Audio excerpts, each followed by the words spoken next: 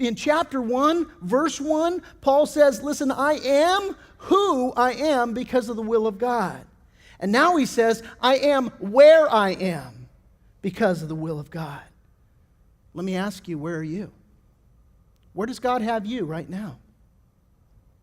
See, this is an incredibly freeing thing when you think about this, that I am where I am because of the will of God. Immensely freeing. Several years ago, almost 7 years ago, God called me to plant this church. And at the time, I had a pretty sweet gig, And so, there I am. I'm comfortable.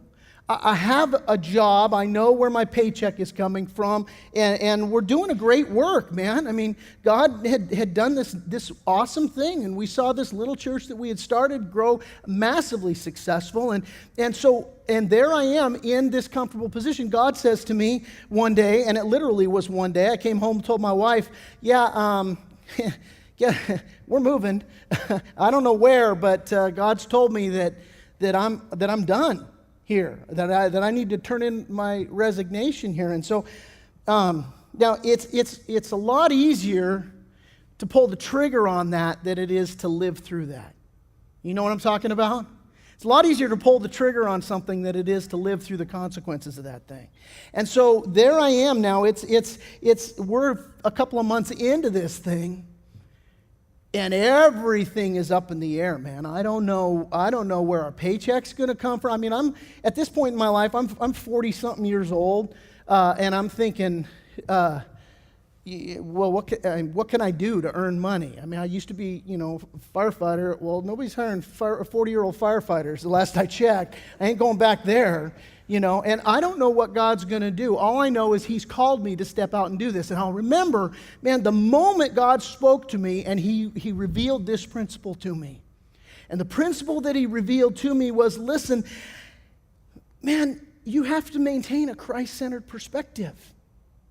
Because who called you to do this, Ted? Well, I'm like, well, you did, God. Don't you think, Ted, that if I called you to do this, that I'm going to take care of you? Yeah. See, and where my battle was I was worried about how I was going to hang on to all my stuff, frankly. How am I going to continue to make my house payment? How am I going to continue to maintain, this, whatever, position that I have right now in terms of my status in life and all that. And what the Lord showed me and just completely just broke the chains on was, yeah, you might lose it all, Ted. But isn't it better that you lose everything and be in the center of my will with me than it is for you to try to hang on to whatever your stuff is? And I thought, you know what? Yeah. It is better, God. I just want to be with you. And man, it was like the whole world was taken off my shoulders at that point. All the anxiety and the fear gone. Because you know what happened at that point? I let go of all my stuff. I let go of all the things that I was worried about. And I just said, man, I am going to maintain a Christ-centered perspective. I am where I am because of the will of God. Again, I ask you, where are you today? Where are you?